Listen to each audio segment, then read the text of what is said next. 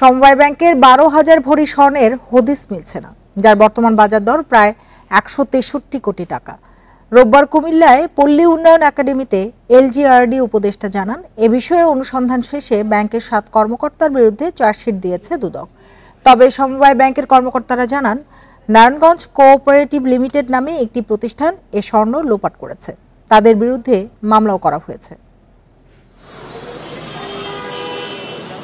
সমবায় ব্যাংকের মতিঝিলের এই শাখা থেকে 2020 সালে 4 মাসে 12,000 ভরি স্বর্ণ উধাও করে দেয় নারায়ণগঞ্জ কোঅপারেটিভ ক্রেডিট লিমিটেড নামে একটি প্রতিষ্ঠান।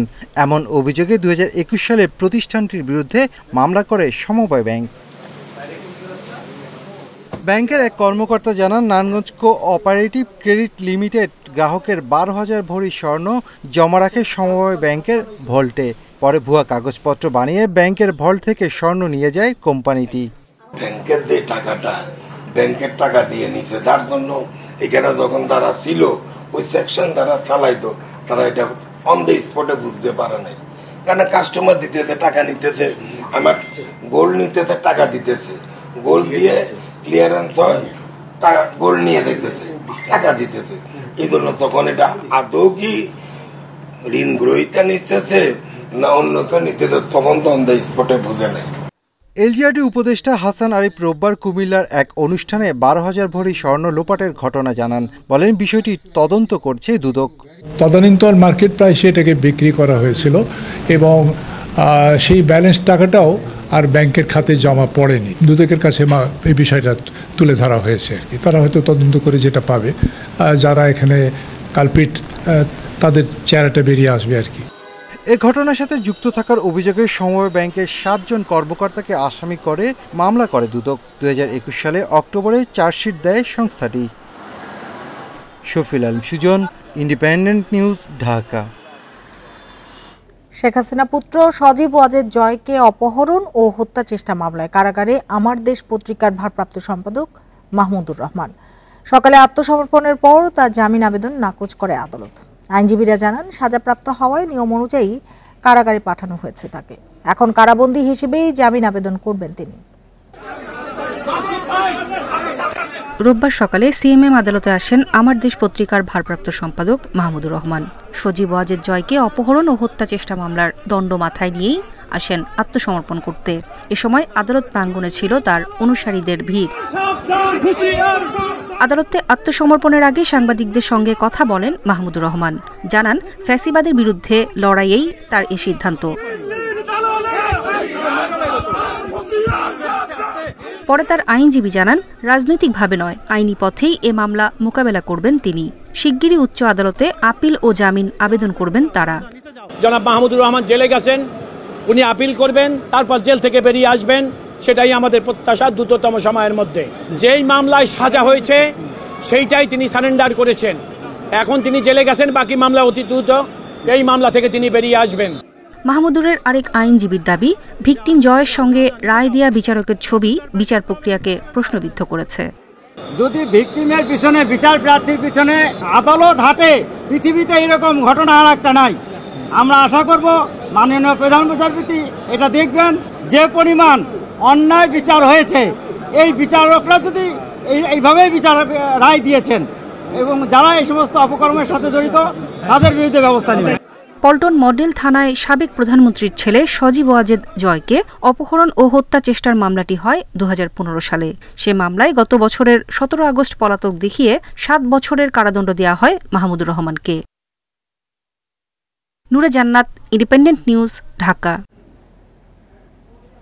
সাবেক প্রধানমন্ত্রী শেখ হাসিনার ছেলে সজীব ওয়াজেদ জয় হত্যা চেষ্টা মামলায় সাংবাদিক শফিক রেহমান ও প্রবাসী ব্যবসায়ী মিজানুর রহমান ভূঁইয়ার সাজা 1 বছর স্থগিত করা হয়েছে। রোববার দুপুরে স্বরাষ্ট্র মন্ত্রণালয়ের প্রজ্ঞাপনে এ তথ্য জানানো হয়।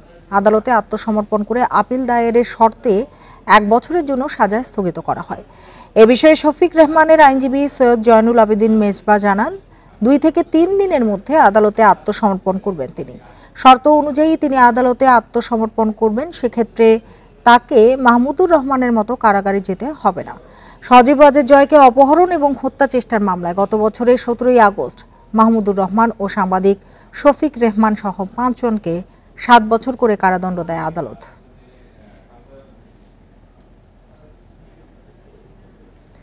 নোয়াখালীতে বাড়ি ঘেরাও করে যুবলীগ নেতাকে পিটিয়ে হত্যা করা হয়েছে। আহত আরও ৩ জন হাসপাতালে চিকিৎসাধীন রয়েছেন। স্থানীয় ইউপি চেয়ারম্যান ফয়সাল বাড়ি চৌধুরী ও তার লোকজন পরিকল্পিতভাবে হামলার পর গণপিটুনির নাটক সাজায় বলে অভিযোগ ভুক্তভোগীদের। পরে আহত ৩ জনের নাম উল্লেখ সহ অজ্ঞাতদের আসামি করে 2টি মামলা করেছে গ্রাম পুলিশ।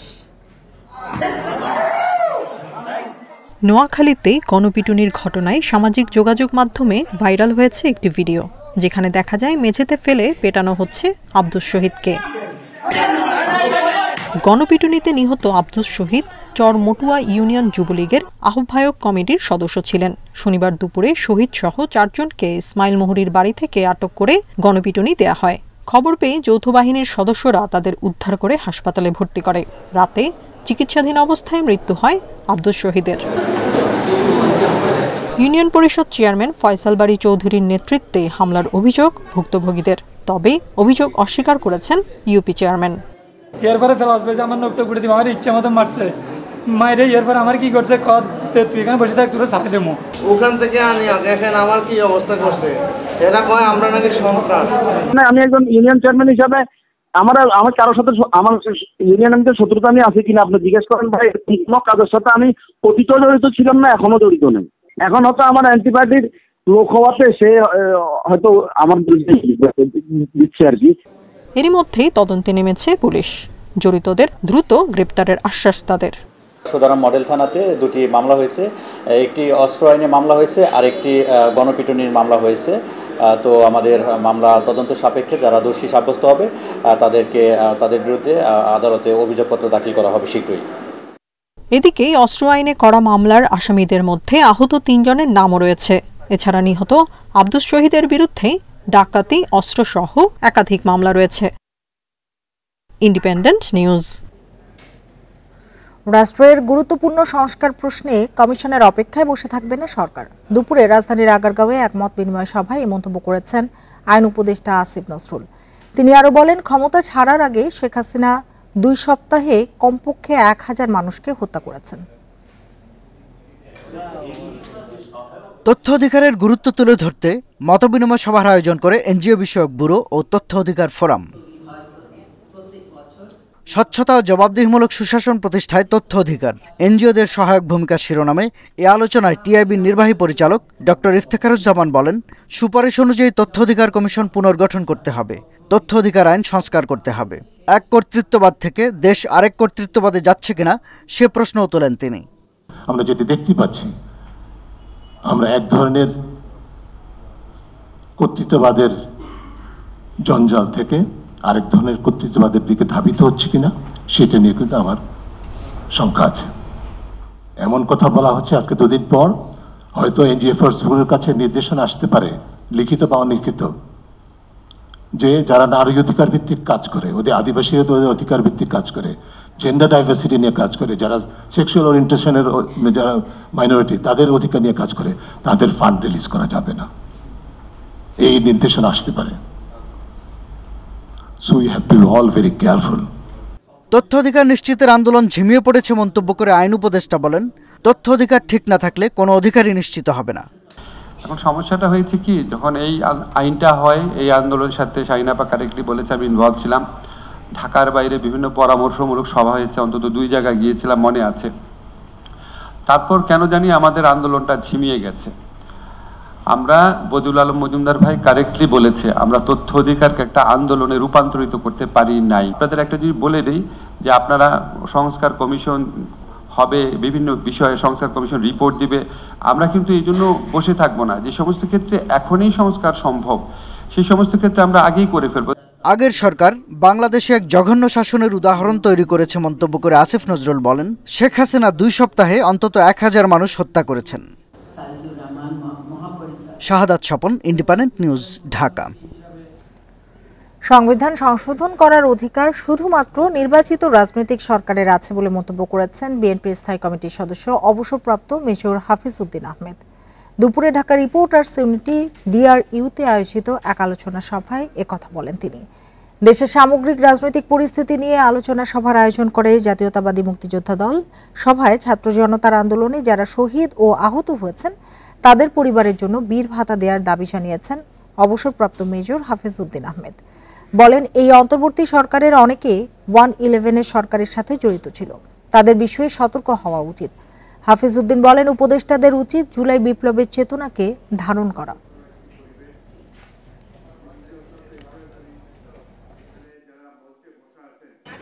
এই দেশে সংবিধান সংশোধন করার অধিকার একমাত্র নির্বাচিত জনপ্রতিনিধিদের, এই কথাটি ভুলে যাবেন না। যতই পিএইচডি ডিগ্রি থাকুক, এটা দিয়ে আপনারা সংবিধান সংশোধন করতে পারবেন না। আপনারা সুপারিশমালা দিতে পারেন, রাজনৈতিক দল সমূহের সাথে আলাপ আলোচনা করে দেখতে পারেন। রাজনৈতিক দল যদি গ্রহণযোগ্য মনে করে, এটি তাদের নির্বাচনী ইশতেহারে দিয়ে জনগণের ম্যান্ডেট তারা নিয়ে নেবেন। 24 ঘন্টায় ডেঙ্গু আক্রান্ত হয়ে আরও 8 জনের মৃত্যু হয়েছে, যা এবছরে একদিনে সর্বোচ্চ প্রাণহানির রেকর্ড। এ নিয়ে চলতি বছর মোট মৃতের সংখ্যা দাঁড়ালো 158 জনে। রোববার স্বাস্থ্য অধিদপ্তরের বিজ্ঞপ্তিতে এসব তথ্য জানানো হয়েছে। এতে আরও বলা হয়েছে, 24 ঘন্টায় ডেঙ্গু আক্রান্ত হয়ে নতুন করে হাসপাতালে ভর্তি হয়েছেন আরও 1221 জন। বর্তমানে সারা দেশে হাসপাতালে ভর্তি রোগীর মধ্যে ঢাকা দক্ষিণ সিটিতে 228 জন এবং উত্তর সিটিতে 206 জন। আর নিহতদের মধ্যে 5 জনই ঢাকার দক্ষিণ সিটির, বাকি 3 জনের মধ্যে 1 জন ঢাকা উত্তরের এবং অন্য 2 জন বরিশাল ও খুলনা বিভাগের। 24 ঘন্টায় হাসপাতাল থেকে ছাড়া পেয়েছেন 1090 জন। মোট ছাড়পত্র পেয়েছেন 26,331 জন। উপসর্গ থাকার পরও NS1 পরীক্ষায় শনাক্ত হচ্ছে না ডেঙ্গু। চিকিৎসকরা বলছেন, উন্নত মানের কিট ব্যবহার না করাই এর কারণ। ফলে মৃত্যুসহ নানা ঝুঁকিতে পড়ছেন রোগীরা। ডেঙ্গু ভাইরাসের সবচেয়ে ভয়াবহ ধরন ডেন্টুতেই বেশি আক্রান্ত হচ্ছে মানুষ। কিছুদিন ধরেই বাড়ছে ডেঙ্গুর প্রকোপ। রোগীর সংখ্যার সাথে পাল্লা দিয়ে বাড়ছে মৃত্যুর সংখ্যাও। চলতি বছর প্রাণহানি ছাড়িয়েছে 150। আগস্ট থেকে অক্টোবরকে ডেঙ্গুর পিক সিজন বলা হয়। বৃষ্টি, এডিস মশার ঘনত্ব সহ নানা বিষয় বিবেচনায় ডেঙ্গুর সর্বোচ্চ সংক্রমণের মাস সেপ্টেম্বর। তবে অক্টোবরেও থাকবে এর প্রকোপ। চিকিৎসকরা বলছেন, অনেক সময় পরীক্ষায় ডেঙ্গু ধরা পড়ে না, ফলে শেষ মুহূর্তে হাসপাতালে গিয়েও তেমন কিছু করার থাকে না। দুঃখের বিষয় হচ্ছে NS1 নেগেটিভ হওয়ার কারণে অনেকগুলো রোগী বাসায় থেকে যায়, বাসায় স্টে করে এবং যখন আমাদের কাছে আসে একদম খারাপ অবস্থায় আসে।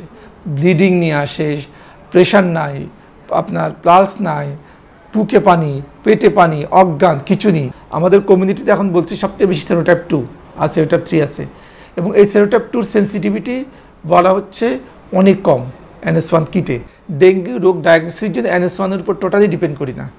আমরা এখন খুঁজি ওয়ার্নিং সাইন আছে কিনা, আমরা এখন খুঁজি প্লাজমা লিকেজ হয় যখন, তখন কিছু কিছু সাইন সিমটম পাই আমরা। সাধারণ মানুষের অভিযোগ, মশা নিয়ন্ত্রণে কার্যকর পদক্ষেপ নেয়নি সিটি কর্পোরেশন। সিটি কর্পোরেশনকে আরও দায়িত্বশীল এবং যত্নশীল হওয়া উচিত, কারণ ডেঙ্গুর প্রকোপ যেভাবে বাংলাদেশে বাড়তেছে। বমির সাথে ব্লিডিং হতো, তারপর গাম ব্লিডিং হতো, দাঁতের প্রতিটা মাড়িতে রক্ত বের হতো। তবে সিটি কর্পোরেশনের দাবি, তাদের চেষ্টার কোনো কমতি ছিল না।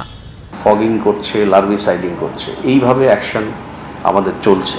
কিছু মেশিনপত্র, আমাদের ইকুইপমেন্টস ডিস্ট্রয় হয়েছে, বাট আমরা সেটাকে রিপ্লেস করতে সক্ষম হয়েছি। ফুল সুইংয়ে আমাদের কাজ অন আছে। প্রতিদিনই হাসপাতালগুলোতে বাড়ছে ডেঙ্গু আক্রান্ত রোগীর সংখ্যা। চিকিৎসকরা বলছেন, দ্রুত ডেঙ্গু নিয়ন্ত্রণে কার্যকর পদক্ষেপ না নিলে হয়তো ভবিষ্যতে মহামারীতে রূপ নিতে পারে। তাই দ্রুত এডিস মশা নিয়ন্ত্রণে কার্যকর পদক্ষেপ নেওয়ার তাগিদ বিশেষজ্ঞদের। মাহমুদ শরীফ, ইন্ডিপেন্ডেন্ট নিউজ, সোহরাওয়ার্দী হাসপাতাল, ঢাকা। সাংবাদিকদের বিরুদ্ধে হয়রানিমূলক মামলা প্রত্যাহারের দাবি জানিয়েছেন নেতারা। রোববার দুপুরে ঢাকা রিপোর্টার্স ইউনিটিতে মানববন্ধন থেকে এ দাবি জানানো হয়। সাংবাদিকদের অভিযোগ, ওরিয়ন গ্রুপের দুর্নীতি নিয়ে অনুসন্ধানী সংবাদ করায় ইন্ডিপেন্ডেন্ট টেলিভিশন ও দেশ টিভির প্রতিবেদকদের বিরুদ্ধে হয়রানিমূলক মামলা করা হয়েছে।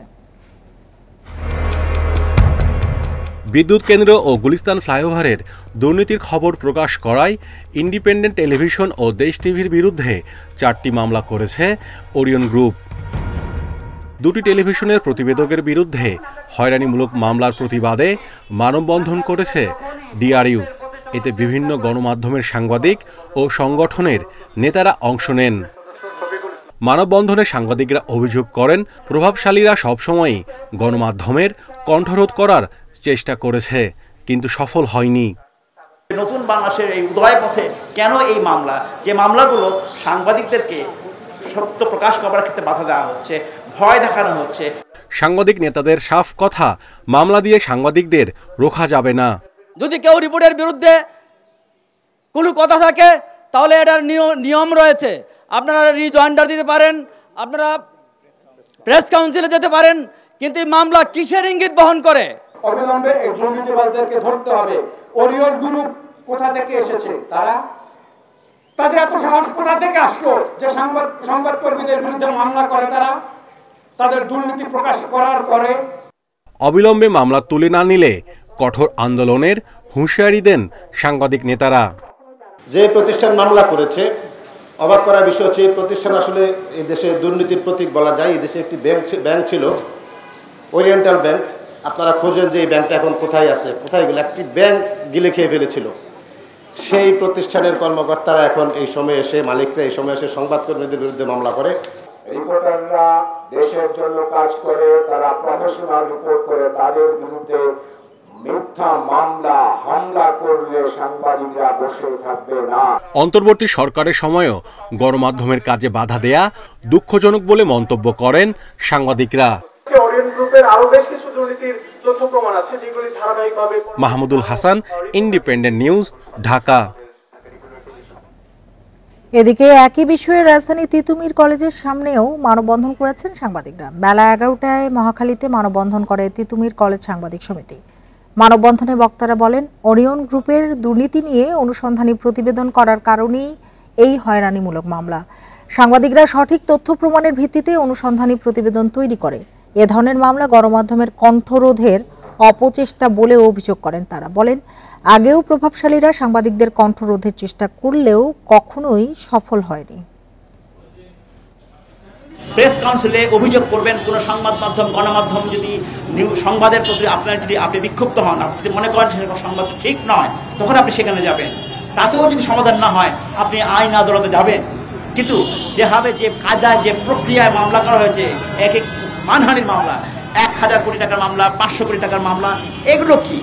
এগুলো নিশ্চয়ই উদ্দেশ্য সৎ নয়। তার মানে যারা সংবাদকর্মী আছেন তাদেরকে আপনি নিরুৎসাহিত করতে যাচ্ছেন, তাদেরকে একভাবে ভয় দেখানোর চেষ্টা করা হচ্ছে। ইন্টারিয়াম গভর্নমেন্ট তারা সততার সাথে দেশ পরিচালনা করছে, তারা এই অন্যায়ের বিরুদ্ধেও সোচ্চার অবস্থান নিবে এবং এই মামলা দ্রুত প্রত্যাহার করে নেবেন বলে আপনাদের প্রতি আমাদের প্রত্যাশা। পার্বত্য চট্টগ্রামে সাম্প্রতিক সহিংসতার সুষ্ঠু তদন্ত ও ক্ষতিপূরণ দাবি করেছেন আহতরা। সঠিক তদন্তের জন্য চেয়েছেন জাতিসংঘের সহায়তা। জাতীয় প্রেস ক্লাবে এক সংবাদ সম্মেলনে তারা আরো বলেন, সহিংসতায় দুদিনে 4 জন নিহত ও শতাধিক লোক আহত হয়েছেন। এছাড়া খাগড়াছড়ি ও রাঙ্গামাটিতে পাহাড়ি ও বাঙালি উভয় পক্ষের 200-র বেশি বাড়িঘর, ব্যবসা প্রতিষ্ঠান হামলার শিকার হয়।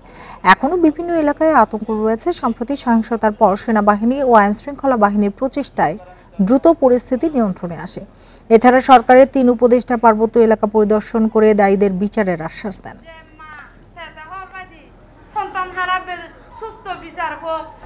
হামলার তদন্ত করে দোষীদের দৃষ্টান্তমূলক শাস্তি দিতে হবে। আহতদের পরিবার, ক্ষতিগ্রস্ত ঘরবাড়ি এবং ব্যবসা প্রতিষ্ঠানের মালিকদের পর্যাপ্ত ক্ষতিপূরণ দিতে হবে। উজানের ঢল ও বৃষ্টিতে তিস্তা সহ বেশ কয়েকটি নদ নদীর পানি বাড়ছে। এর মধ্যে 4 জেলায় নদী তীরের নিচু এলাকা ও চরাঞ্চল তলিয়ে 70,000 মানুষ পানিবন্দী। কুড়িগ্রামে নদী ভাঙন শুরু হওয়ায় ঝুঁকির মুখে বাড়িঘর, ফসলি জমি ও বেশ কয়েকটি স্কুল। 3 দিন ধরে উজানের ঢল ও বৃষ্টিতে তিস্তার পানি বাড়ছে। পানির চাপ সামলাতে খুলে রাখা হয়েছে ব্যারেজের সব জলকপাট। শনিবার রাতে রংপুরের কাউনিয়া পয়েন্টে বিপদসীমার ওপরে ওঠে তিস্তার পানি। এর মধ্যে গঙ্গাচড়া, কাউনিয়া ও পীরগাছা উপজেলার নিচু এলাকা তলিয়ে দুর্ভোগে পড়েছেন 20,000 মানুষ। হঠাৎ করে সন্ধ্যেবেলা পানি বলন আসলো, আসলে রাত 10টার মধ্যে পানি একটু থামানি হলো। হওয়ার পর রাত 12টার মধ্যে আবার বলন আসলো। তখন কি করলাম, গরু ছাগল বউ বাচ্চা নিয়ে আমি রাস্তায় উঠলাম। কুড়িগ্রামের তিস্তা চর ও নদীর তীরে 2,000 মানুষ পানিবন্দী হয়ে পড়েছে। ডুবে গেছে আমন ও সবজির ক্ষেত। নদী ভাঙনের কবলে পড়েছে 7টি স্কুল, বিলীন হচ্ছে ঘরবাড়ি ও ফসলের জমি। হুট করিয়ে যে পানি ছাই দিয়েছে, আমার তো আবার ডুবে গেছে। এখন আমরা ওই চিন্তাতে এখন কি করি, বাড়ি ঘর সব তলায় গেছে, এখন কই থাকে না থাকে। লালমনিরহাট সদর, আদিতমারি, কালীগঞ্জ, হাতীবান্ধা ও পাটগ্রাম উপজেলার চরাঞ্চল ও নিচু এলাকার ৪৫,০০০ মানুষ পানিবন্দী হয়ে পড়েছে। ডুবে গেছে রাস্তাঘাট, ঘরবাড়ি সহ আবাদি জমি। পানি উঠেছে রেল লাইনেও। আমরা আন্দোলন আনতে পারি না, খাইতে পারি না, চকির উপরে উঠিয়েছি, আমরা ছাওয়া হাতে বকে ধরিয়েছি। পানি ঘর ঢুকে গেছে। এখন আমরা কষ্ট করে 3টে গরু কিনছি, 3টে গরু আমার 2 লাখ টাকা হয়ে যায়। এই সারাইতে আমি ঘুম না করি গরুর গোল ঘরে পানি আমরা আইল বান্ধে পানি সেচছি। নীলফামারীর ডিমলা ও জলঢাকা উপজেলার 10 ইউনিয়নের তিস্তাপাড়ে ধান ও সবজি ক্ষেত তলিয়ে ক্ষতির মুখে কৃষক। বন্যা ও নদী ভাঙনের আশঙ্কায় প্রস্তুতি রাখার কথা জানিয়েছে পানি উন্নয়ন বোর্ড। রেশমি নন্দী, ইন্ডিপেন্ডেন্ট নিউজ। আর এতক্ষণ সাথে থাকার জন্য ধন্যবাদ সবাইকে।